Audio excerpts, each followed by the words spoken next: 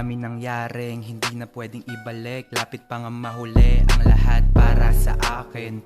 Kung hindi iniwan tinalikuran, mga mali na gawe at dami ding nawala. Mga taong akala nakasama ko sa mesa pag may nakahain na.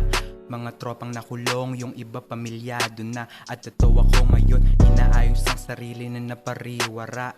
Mundo napakadaya talaga, pero lahat yung may dahilan para kalimutan at magsimula.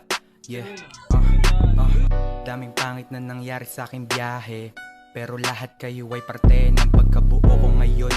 Tanguan na lang pag nagkita ulit sa masikip na kalye. Yeah, di natanaw aking sarili. Yeah, malayo na pala sa dati, pero malayo-layo pa lalakbayin ng mga paa. Kaya sumusubok at pinagpapabuti buhay sinusulit kasi wala namang permanente.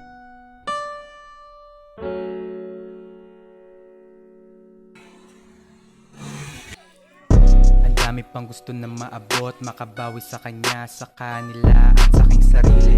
Punyal sa puso, wala nang kirot, madalang lumuha. Madalas may isipin dahil sa pangangamba. Paano pag hindi, pagsisisi na naman ba? Sila rin sa pwede mangyari sa akin.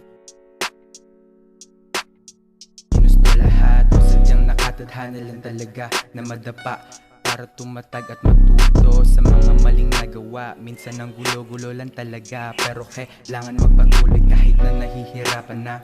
Normal lang masugatan pag ginawa mo ang lahat, pero ayos lang yan. Alam mo sa sarili na 100%.